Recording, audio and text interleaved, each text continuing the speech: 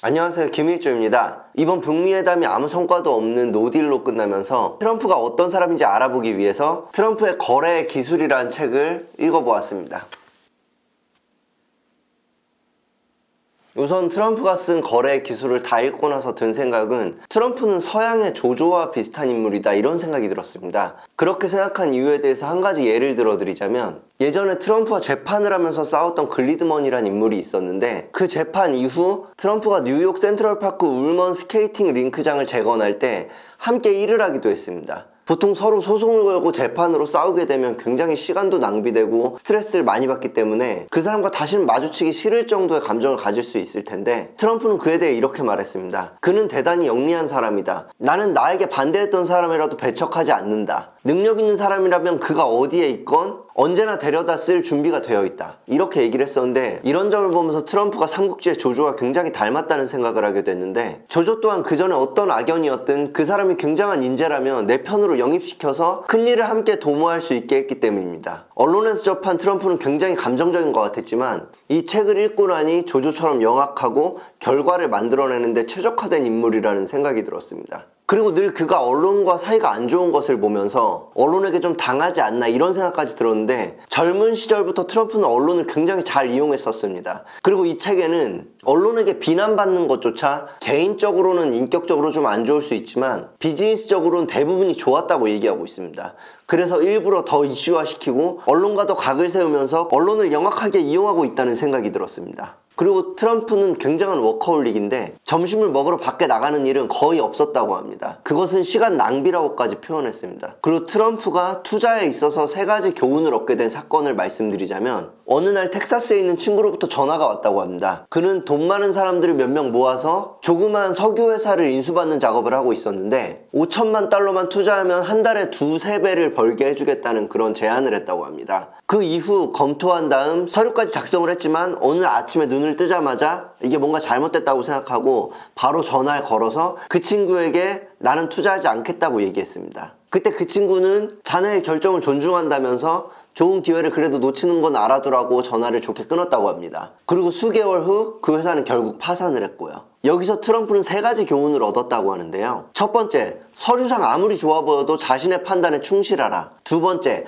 알고 있는 분야를 활용해야지 잘 모르는 분야는 돈 벌기가 어렵다. 세 번째, 때로는 투자를 하지 않는 것이 최선의 투자다. 그래서 이 일을 계기로 3가지 교훈을 얻었고, 트럼프는 $5,000도 지키고 친구와의 우정도 지킬 수 있었다고 합니다. 저도 주식 매매도 하고 사업도 하면서 느끼는 것이지만 굉장히 공감이 갔었고, 서류상 굉장히 복잡해 보이고 그럴듯해 보일수록 더 조심해야 되는 것과, 새로운 분야보다는 좀 더 알고 있는 분야를 먼저 파고들어서 돈을 번 이후에 그 다음에 더 확장해 나가는 것이 더 좋다고 생각합니다. 트럼프는 거래를 성사시키는 방식에 대해서 얘기를 했었는데, 그는 목표를 늘 높게 잡은 다음 전진만 거듭할 뿐이라고 합니다. 때로는 목표를 미달할 때도 있지만 대부분 원하는 것을 이뤘다고 합니다. 이 부분을 읽으면서 예전에 제가 만들었던 영상 속에서 꼴찌가 현실적인 목표보다 전교 1등 꿈꿀 때 더 목표를 이룰 가능성이 커지는 것과, 목표를 계속해서 생각하며 밀고 나가는 방법에 대해서 얘기 드렸던 부분이 떠올랐습니다. 이제 트럼프의 거래에 있어서의 11가지 원칙에 대해서 말씀드리도록 하겠습니다.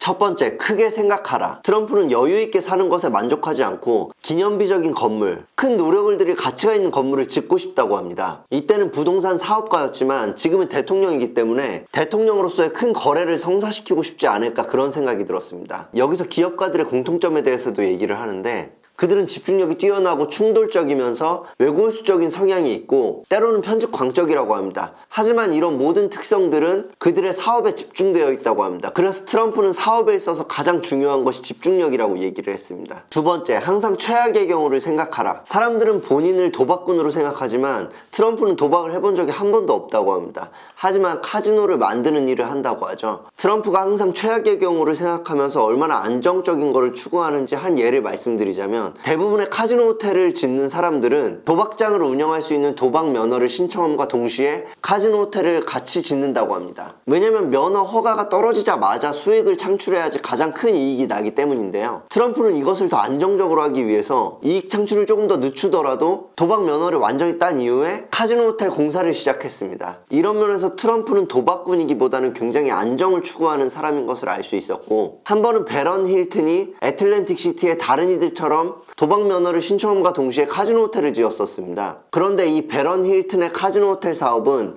도박 면허가 거부되면서 더 이상 사업을 진행할 수 없게 되었고, 영악한 트럼프는 베런 힐튼을 위로하면서 접근한 후 그 카지노 호텔을 인수하였고, 그 호텔 이름은 트럼프 캐슬로 가장 영업이 잘 되는 호텔 카지노 중 하나입니다. 세 번째, 선택의 폭을 최대한 넓혀라. 트럼프는 어떤 일을 진행할 때 최소한 대여섯 가지의 계획을 세워놓는다고 합니다. 한마디로 플랜 A, B, C를 세워놓는다는 얘기인데요. 예를 들면 트럼프 타워 건설 승인을 못 받게 된다면 그것을 어떻게 사무실로 만들지, 만약 사무실도 못 만든다면 어떻게 빨리 다른 이에게 좋은 가격에 팔지, 이런 모든 계획들을 항상 다방면으로 세우면서 사업을 진행한다고 합니다. 이것은 주식 매매를 하시는 분들도 어떤 종목을 매수하시자마자 플랜 A, B, C를 세우신 다음에 그 종목이 향후에 어떻게 되든 미리 계획해 두신 방법대로 대응하시는 것과 같은 이치라는 생각이 듭니다. 네 번째, 발로 뛰면서 시장 조사를 하라. 트럼프는 다른 사람들이 만들어 놓은 시장 조사를 믿지 않고 항상 직접 언제나 스스로 조사해서 결론을 냈다고 합니다. 만약 본인이 정말 모르는 지역일 경우에는 택시를 타서 그 지역에 대해서 굉장히 많이 질문을 했다고 합니다. 그리고 이렇게 얻어진 정보들은 자문회사를 통한 것보다 늘 유용했다고 하고요. 이런 점에서 주식 매매를 하시는 분들도 누구도 완전히 믿지 않고 스스로 매매하시는 것이 굉장히 중요하다는 말씀을 드리고 싶습니다. 다섯 번째, 지렛대를 활용하라. 거래 시 가장 나쁜 자세는 도저히 가망이 없다고 생각해서 절망하는 자세이고, 그런 태도는 상대로 하여금 전의를 불타게 해서 더 일을 그르치게 한다고 합니다. 지렛대를 이용하는 트럼프의 예를 한 가지 말씀드리면, 어떤 대형 회사가 트럼프의 호텔이 다른 호텔보다 앞서서 건설되리라고 생각하고 트럼프에게 동업을 제안했다고 합니다. 하지만 트럼프는 그런 상황이 아니었음에도 불구하고 다른 호텔보다 더 빨리 건설될 것처럼 모두에게 말하고 다녔고, 결국 본인이 말하고 다닌 것처럼 모든 일이 잘 풀리게 됐고, 이 모든 것은 자신의 확신 때문이었다고 합니다. 어떻게 보면 트럼프가 말한 지렛대는 강력한 자기 확신이 아니었나 이런 생각이 들었습니다. 여섯 번째, 입지보다 전략에 주력하라. 부동산 거래에 있어서 가장 잘못된 인식은 입지에 따라 성공이 좌우된다고 생각하는 것이라고 합니다. 중요한 것은 좋은 입지가 아니라 최선의 거래이며, 부동산의 위치도 선전이나 심리적 효과에 따라서 얼마든지 좋다고 판단하도록 만들 수 있다고 합니다. 평범한 위치라도 치장을 잘 해놓으면 많은 사람들의 관심을 끌 수 있다고 하는데, 우리나라의 한 연예인이 구입한 허름한 건물이 스타벅스가 들어오면서 가격이 훨씬 뛰었던 것이 생각났습니다. 그리고 트럼프가 강조한 것은 가장 좋은 입지의 땅을 놓치더라도 과도한 투자는 절대 해서는 안 된다는 것이었습니다. 일곱 번째, 언론을 이용하라. 이 세상에 가장 좋은 물건을 갖고 있어도 사람들이 알 수 없다면 아무 소용이 없는 것처럼 당신의 소유물을 팔려면 관심을 불러일으켜야 한다고 합니다.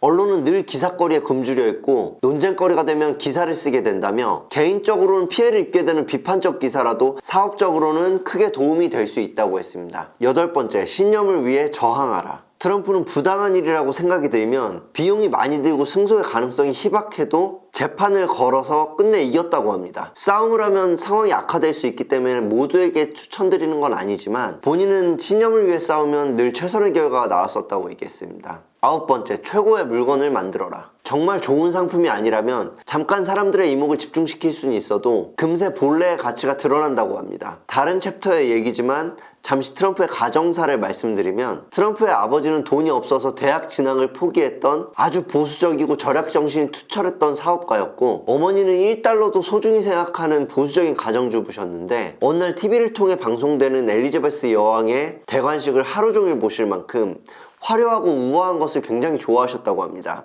그래서 트럼프는 아버지의 강인한 면도 닮았지만 어머니의 그런 우아하고 화려한 것을 사랑하는 마음도 닮았기 때문에, 트럼프가 건물을 지을 때 돈을 많이 들여서 화려한 청동과 유리로 많은 장식을 했을 때 트럼프의 아버지는 그 건물을 처음 보고 왜 이런 짓을 했냐고 이해를 못한 것을 보면, 사업적 투지는 아버지를 닮았지만 그냥 값싸고 좋은 효용적인 물건을 뛰어넘어서 예술적 최고의 물건을 만들어내서 값어치를 올리는 부분은 어머니를 닮았다는 생각이 들었습니다. 열 번째, 희망은 크게 비용은 적당히. 큰 일을 하되 비용을 최소화시키는 노력을 아끼지 말라는 얘기를 합니다. 트럼프는 적은 돈일지라도 청부업자가 돈을 부풀려서 얘기를 했다면 바로 전화를 걸어서 불평을 했고, 주변에서 그런 모습을 보면서 그래봤자 적은 돈인데 뭐하러 골치를 썩냐고 얘기를 하면, 1만 달러를 절약하기 위해서 25센트에 전화를 걸지 않는다면 사업을 접어야 한다고 얘기했습니다.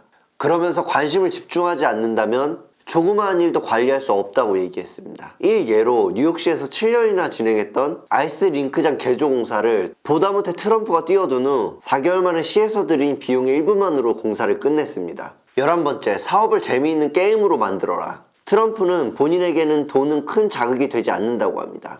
다만 성공을 위한 수단일 뿐이며 중요한 것은 거래를 통해 게임을 하고 있다는 사실, 즉 거래를 하고 있다는 사실 그 자체가 가장 중요하다고 얘기했습니다. 우리도 생각해보면 축구 게임을 하거나 어떤 재미있는 게임을 할 때 그 게임의 승리도 중요하지만 그 게임을 하고 있는 자체가 굉장히 흥분되고 즐거운 것처럼 트럼프는 거래 자체를 즐기는 인물입니다. 이 책을 읽고 나니 트럼프가 앞으로 미국 대통령으로서 어떠한 예술적인 거래들을 성사시킬지 더욱 궁금해지는 것 같습니다. 이것으로 트럼프의 거래 기술에 대한 책 리뷰를 마치도록 하겠습니다. 감사합니다.